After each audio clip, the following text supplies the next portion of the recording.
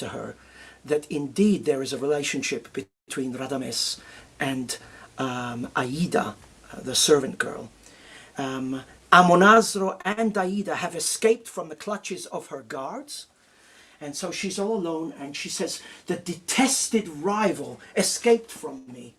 La borrita rival, and this octave jump is key for the thrust of the phrase.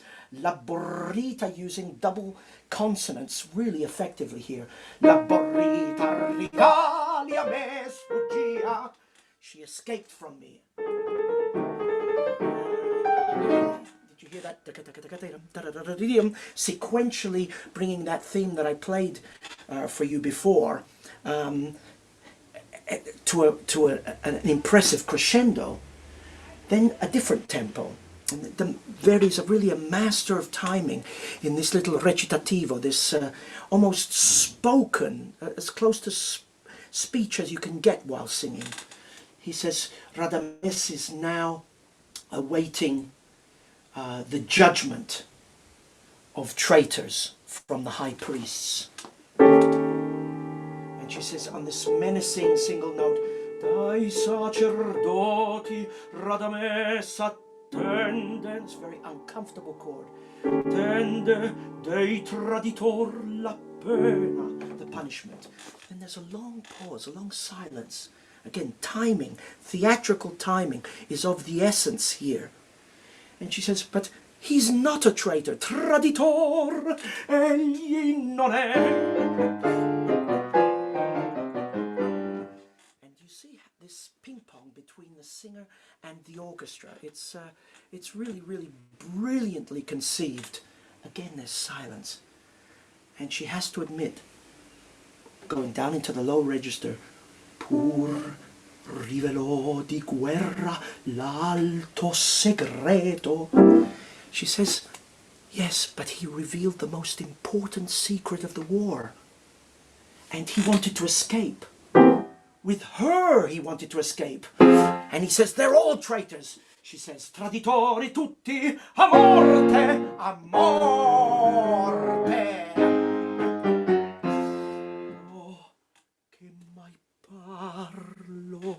What have I said using this dissonant note? My parlo. So she's, look at her, she's in a real state because she loves Radames still. And you will hear now her grandiose theme from the first act, but with this mournful accompaniment of the cellos and the basses.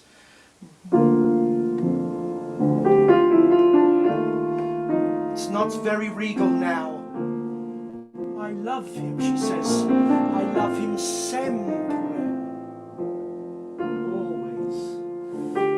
This desperate, insane is this love.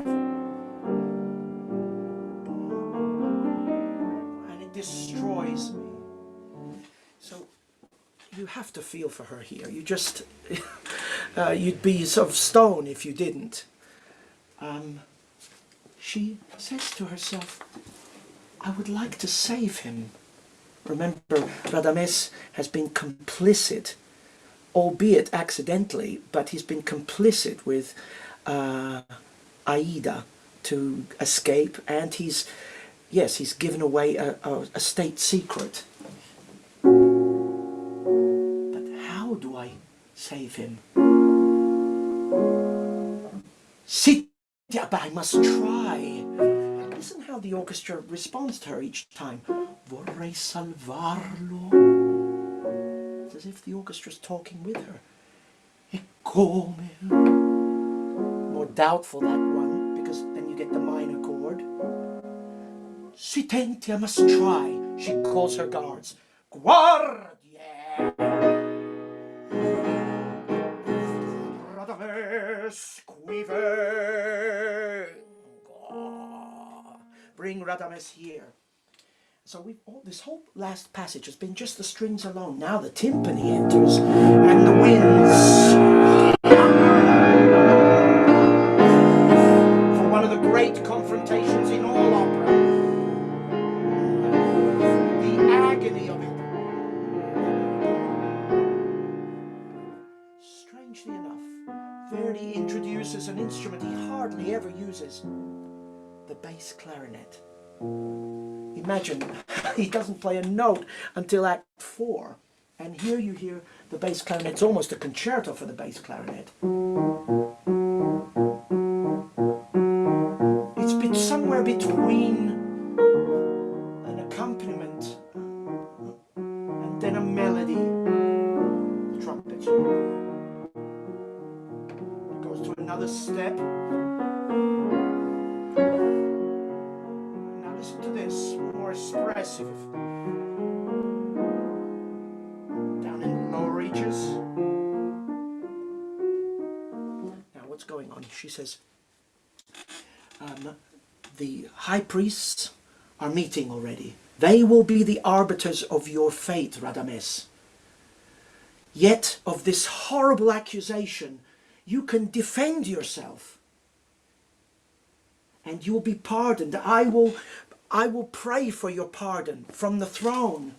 And as she says that, the phrase becomes more romantic. And I will be the messenger of forgiveness and of love.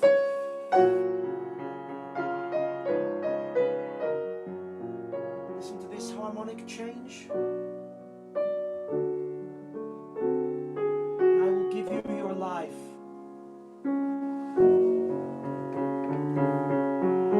Now he answers, the high priests are not going to let me go. They're not going to listen to me.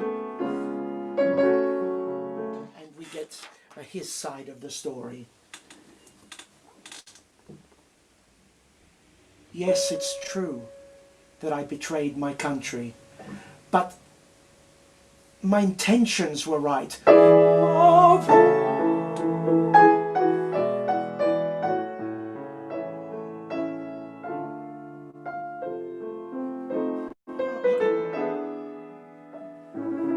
Things start to heat up. Come on, you must defend yourself. He says, no, I hate life. You go. Beautiful transition here, harmonically speaking. He says, all joy has been taken away from me. Every hope. I just want to die. Her reaction, she says, morire. And with an astonishingly vivid phrase, she says, ah, you must live. For my love, you must live. Ah, tu devi vivere, si l'amor mio. Did you hear that?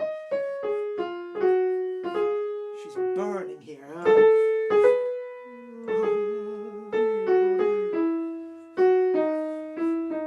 She says, you can't imagine how much I have suffered for you. You must live. What gives the energy to this phrase? I mean, the melody is... It's a wonderful melody, and with an incredible amount of schwung, of energy, of swing, if you like. But it's the orchestra, listen.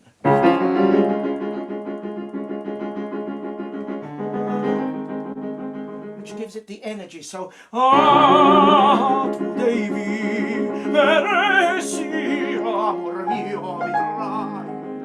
I've suffered...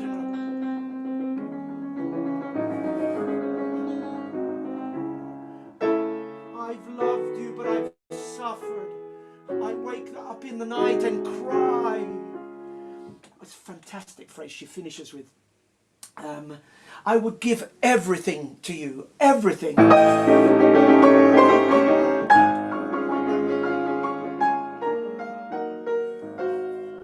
he answers her.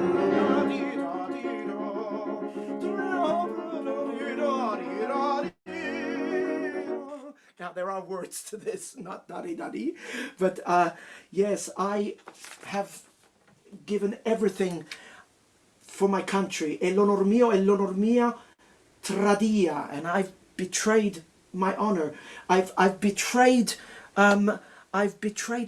And she says, di lei non più. I don't want to hear anything more about her.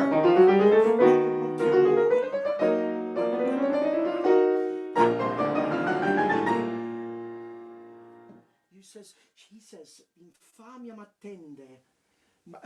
Horrible things are awaiting me, and you want me to, you're asking me to live on this high, incredibly difficult B flat. You'll hear Jonas Kaufmann negotiate that really, really brilliantly on our recording, our 2015 recording, which is featured on after this podcast. He says, you've made me miserable. You've taken Aida from me. You've probably killed her. And you offer me my life? I have not killed her. She lives. And he reacts. Now this is very, very intense music that really boils over. And listen to these harmonies. Chromatic harmonies which resolves. We reach that chord. May she reach her country's walls, and may she be safe, and that she not know what the terrible punishment that I am experiencing. Now from here, Amneris asks 3 questions, and this is very important because Radames will be asked 3 questions again by the high priest Ramphis. Here he answers. She says, but if I save you, will you swear that you won't see her again? I can't, she says. Non posso. Lei rinuncia per sempre, renounce her, and you will live. I can't. Well, you get the idea. He says, I want to die, and that's it. And this is the turning point of the duet, because now she becomes vindictive. Che ti salva sciagurato dalla sorte che t'aspetta. And these phrases are like really stabbing, repeated notes, not very pretty to listen to, but incredible theatre. And we see how she just transforms. She turns 180 degrees and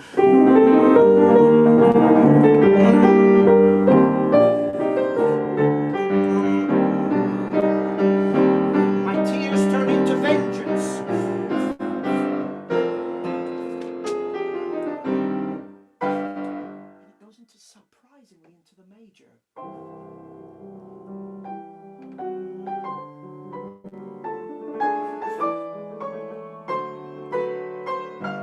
If I must die and I must die for her, then death is a wonderful thing. È un ben supremo, he says. Absolutely fantastic. They tussle a little bit and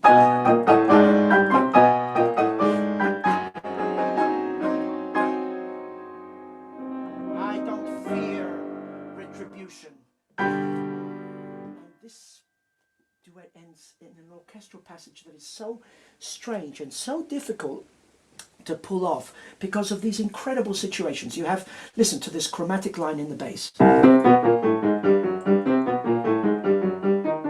Nothing unconventional there, but listen on top.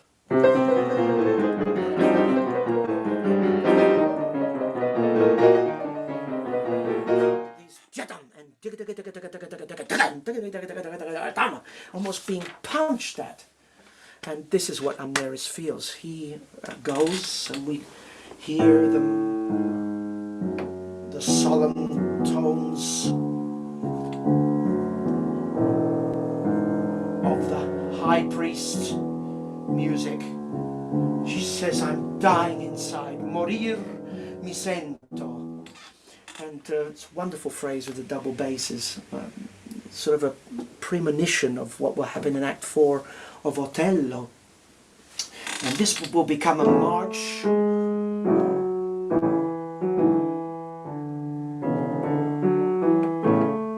would say that we've heard something like this in Don Carlos, in the Auto da Fe scene. So this is an idea of solemnity but menace at the same time, and which Verdi knew how to craft. What is genius, however, is creating this scene above it with with an extremely realistic delivery of the text. I'm dying inside. Oh, who's going to save him now? Again, she feels guilt now for having cried out vengeance. And I've thrown him to these people, to these lions. And she damns her own jealousy that has made her and him suffer. And yeah, well, the inevitable is going to happen. But first, there is the trial itself, the judizio, the judgment, and something akin to a Gregorian chant. The high priests and Ramphis intone, praying to the gods to look down and give them, yes, vision, so that they may be just. This scene is set up that we hear from the subterranean dungeon where Radames is being judged, and Amneris is on stage, and she has these very, very nervous outbursts as she listens to the proceedings. So it's a kind of back and forth, and an acoustical back and forth that's very wonderful for the spectator. The high priest become ever more implacable.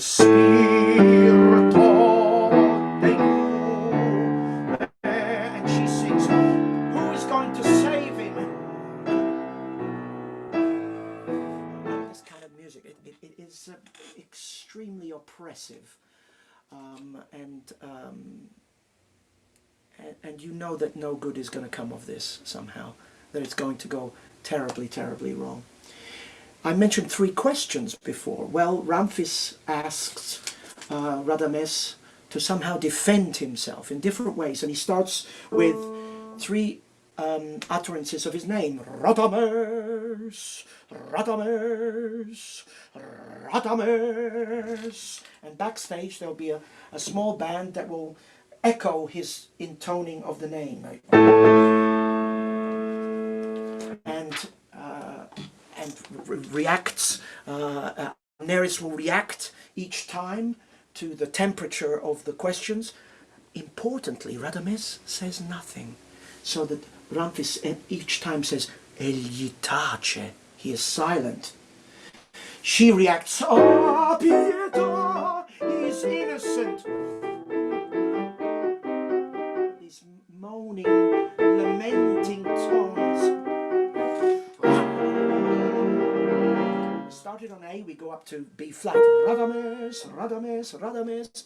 Then the pattern is repeated. He goes up again. Radames, Radames, and traditionally Radames, trying to get him to defend himself. You've betrayed the country, the king, and your honor. No answer. Finally, they decide, Radames, è deciso il tuo fato. Your fate is decided. Radames, è deciso il tuo fato. And here we have the voices from off stage in a subterranean dungeon, as I said, and the orchestra answering. Very exciting it is. When they finished condemning him, the most painful utterance of the sacerdoti, of the high priest music, happens here, and it is built on the melody, of course,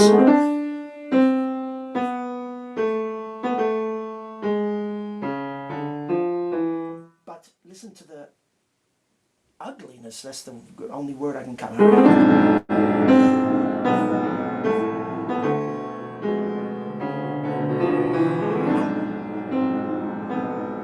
On the trombone and the cimbasso, a lower trombone, playing this, and that tells you everything you need to know. She cries out to them. She says, "You are criminals. You are tigers with bloodthirsty." it's a scene that if you have the right mezzo-soprano, and we had Ekaterina Semenchuk, who's just magnificent on this recording, she just chews the scenery, as we say in English, this wonderful idiom.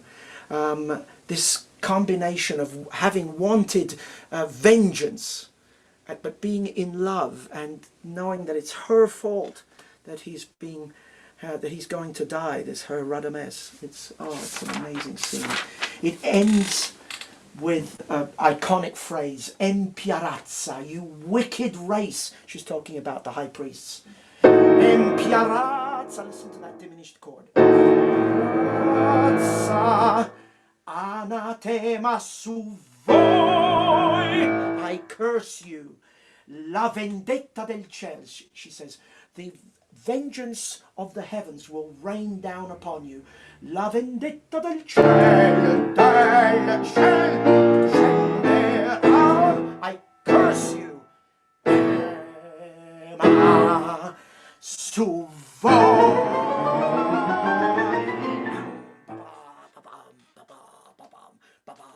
And the orchestra just explodes. It's something unbelievable. Usually, if the mezzo-soprano nails it, brings the house down. And boy, do Radames and Aida have their work cut out for them in the final scene to top that. But what does Verdi do? He goes a completely different direction with the music. Something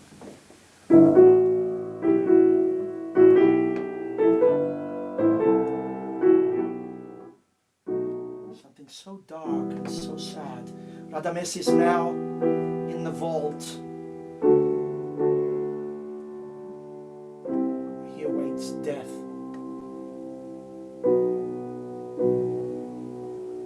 And on a single note, after a long silence, and with a dark voice, it says, "Voce cupa, the fatal stone above me will close down.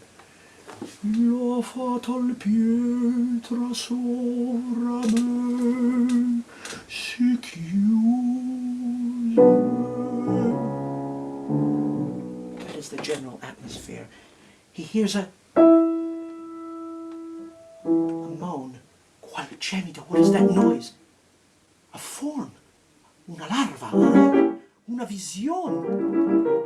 No, it's a human being. Yes, you guessed it. Ciel, Aida. Aida had escaped with her father, but we have found out that he was killed and she managed to escape, but nobody knows where. What she has done is she secretly made her way to this vault. She had a premonition that Radames would be sentenced to death, and so she meets him here. It's incredible when she says, "It's me, Sonio." The orchestra, in very unusual for Verdi, parallel chords. In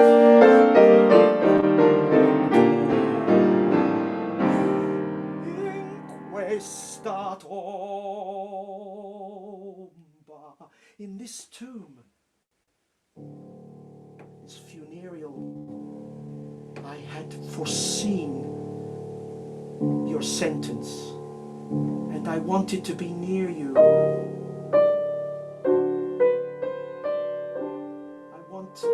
I desire to be near you in your arms, to die, morire. And Radames philosophizes on the word death. Morire, si pura e bella. Morire per me d'amore. Love is beautiful and pure. To die of love. And but it takes you in the bloom of your years. And I hate that translation, the bloom of your years, but it's in Italian, it's so beautiful. Degli anni tuoi nel fiore fuggir la vita, and to take you away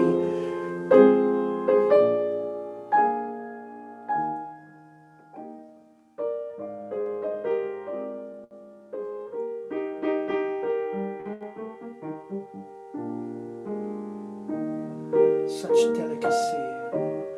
Very unusual for an opera that features very big voices and incredible declamation. There are so many moments of incredible refinement. She says, I see the angel of death, but it's a benign angel. It's radiant.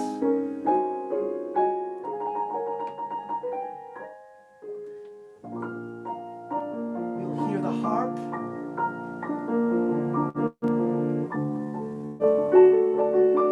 Unusual chord sequence there for Verdi. B flat, D, F, all third related chords, and then to D flat. Beautiful. Then we hear the harps from off stage and the high priestess intoning immenso,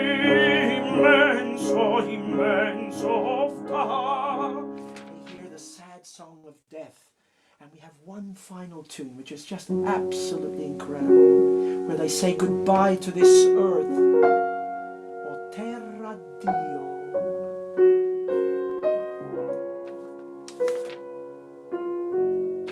Valley of Tears. A dream of joy that in our grief has disappeared. It develops now.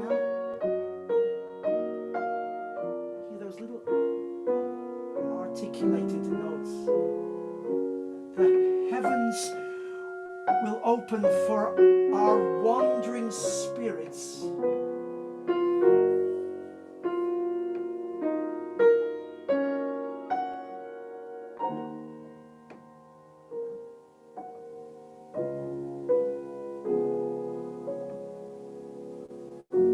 The spirits will fly away. Now this will develop.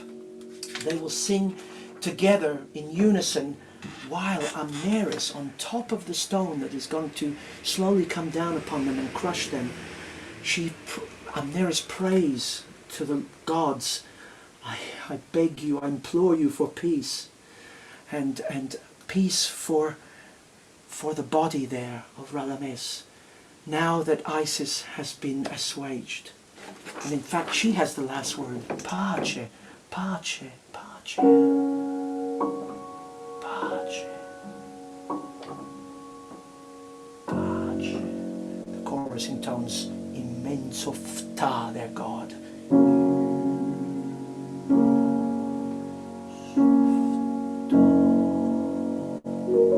So darkness and at the same time the most wondrous luminosity. Who would have thought that Verdi could achieve something so special and new? But here it is, and that contrast between the judgment scene and the final scene is, theatrically speaking, well, let me say this, that only a master could have come up with that. Only a man who had theatre so much in his bones and who really knew about storytelling in the opera house. Thank you very, very much for following me today, and I hope to see you again sometime soon. I want to thank IDAGIO for this privilege, and I hope you enjoy the recording. The recording features Jonas Kaufmann as Radames. We have Anja Harteros as Aida, Ekaterina Semenchuk as Amneris. We have Ludovic Tezier as Amonasro, and we have Erwin Schrott as Ramphis, and Marco Spotti as the king. Orchestra and chorus of the Accademia Nazionale di Santa Cecilia, and myself conducting. Enjoy.